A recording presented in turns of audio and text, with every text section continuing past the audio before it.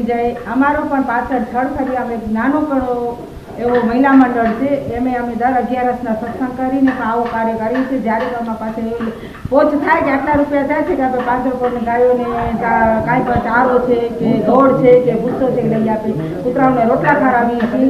એવી રીતે અમે પાછળના ફરિયાવાળા પણ એવી રીતે કાર્ય કરીએ છીએ।